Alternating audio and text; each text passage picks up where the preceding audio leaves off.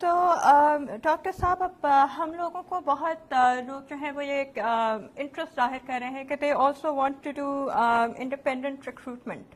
تو عزیز اس کے بارے میں آپ کچھ بتانا چاہیں گے because people have been asking us about brochures pamphlets. جی ہاں میں بتانا چاہوں گا اور میں چاہوں گا کہ اس پہ ڈاکٹر صاحب سے بھی ہم مشورہ کریں.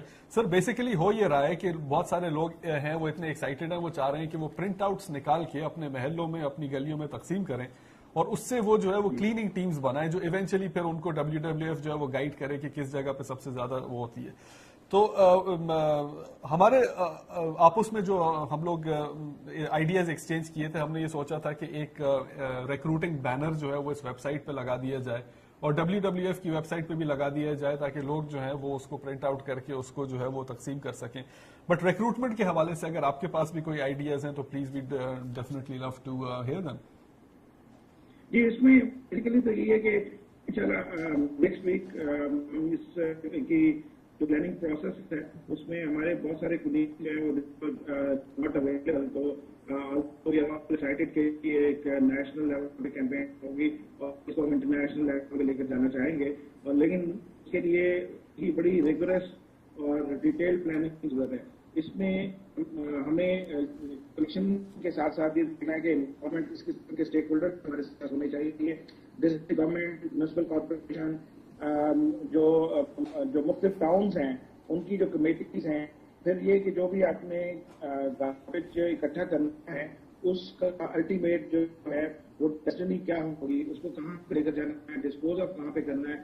سو دیر از لاٹ آف کمپلیکیشنز جو کہ آہستہ آہستہ ہمیں سالو کرنے ہوں گے. آئی تھنک کہ ابھی ہم جس اسٹیج پہ ہیں وہ یہ ہے کہ we are trying to build the interest among general public, اور کہ اس طریقے سے آپ بتا رہے ہیں کہ there are so many people who are taking lot of interest کہ جی ہم اس میں شامل ہونا چاہ رہے ہیں. اٹ سیمز کہ ان اے منتھس ٹائم ہمارے پاس شاید والنٹیئر جو ہے وہ لاکھوں میں ہیں, جو کہ ایک بڑا پازیٹیو سائن ہوگا. WWF کے اپنے بھی بہت سے اسکولوں کے ساتھ جو آتے ہیں, ٹارگیٹ مور دین 150,000 اسٹوڈنٹ ایوری ایئر جو ہماری ایکسپیلاتھون کی کیمپین ہے. اس کے علاوہ ہمارا internship programme and green school. So there are different opportunities and options جس کے تھرو ہم چاہیں گے کہ ہم مختلف اسکولس میں پیٹریٹ کریں. اس کے علاوہ جو سب سے امپورٹنٹ چیز ہے کہ کنورٹیڈ کو کنورٹ کرنا اتنا مشکل نہیں ہوتا, تو وہ لوگ ہیں جو ہمارے جو اس کے رسپانسبل لوگ ہیں جیسے گورنمنٹ کے لوگ, ان کو ہم چاہیں گے کہ زیادہ سے زیادہ شامل کر سکیں. And we have started discussing with some of them and they have shown very positive interest کہ جی ہاں جی بالکل بہت اچھی باتیں ہیں آپ کے ساتھ ہیں. لیٹس جب وہ قریب آتے ہیں تو کتنا ساتھ کرے ہیں ہمارے ساتھ. ڈاکٹر صاحب ایک بہت امپورٹنٹ سوال جو میں آپ سے یہ پوچھنا چاہ رہا تھا وہ یہ کہ انیشلی جب ہم نے اس کیمپین کو کنسیو کیا تھا تو سپٹمبر 16 ہماری جو تھی وہ ایک ٹینٹیٹیو ڈیٹ تھی, لیکن کیا یہ تاریخ صحیح ہے یا آپ اس ڈیٹ کو آگے موو کرنا چاہیں گے؟ اس میں بیسیکلی ہمارا اپنا خیال ہے کہ اکتوبر جو ہے ول بی اپروپریٹ منتھ. اس کی بنیاد وجہ یہ ہے کہ جو آپ کا کچھ جو اسکولس ہیں ان کا جو بائی آف اگست یا ارلی سپٹمبر کو کھلتے ہیں چھٹیوں کے بعد. پھر مانسون کا بھی سلسلہ آپ کو پتا ہے کہ دیر از اے پریڈکشن کہ اس سال بارشیں زیادہ ہوں اگست آف اگست میں. وہ بھی ایک وجہ ہے جس کو ہم سامنے رکھتے ہیں. اور رمضان تو خیر اگست کے اینڈ میں ختم ہو جائے گا, تو اس لیے ہمارا یہ خیال تھا کہ آئیڈیلی جو ہے نا ادھر ارلی اکتوبر اور مڈ اکتوبر تو بہتر جو ہے وہ بات ہو. لیکن وہ بھی we'll consult with some schools and then we'll get back کہ اس کا واقعی سپٹمبر میں ہم 16 سپٹمبر میں گرمی تھوڑی زیادہ ہوگی, اور یہ اگر ہم کیمپین کو لمبا کرنا چاہتے ہیں 8 آورز یا جو بھی ہے اگر وہ کرے تو پھر I think we would need کہ اکتوبر ارلی اکتوبر جو ہے مچ بیٹر. تو ڈاکٹر صاحب ابھی ہم لوجسٹکس کے اوپر میرا خیال ہے اگلے کچھ ہفتوں میں کچھ زیادہ پیش رفت ہوتی رہے گی, لیکن کئی لوگ ہم سے یہ بھی پوچھ رہے ہیں اور جاننا چاہتے ہیں کہ رجسٹریشن کا پروسیس کیا ہوگا. وہ اگین جیسا میں نے کہا کہ next week we will be in a position کہ جس میں ہم maybe will have on our website یا ہم آپ کی بھی ویب سائٹ پہ اور WWF کی ویب سائٹ پہ کچھ اس طرح کا ان کو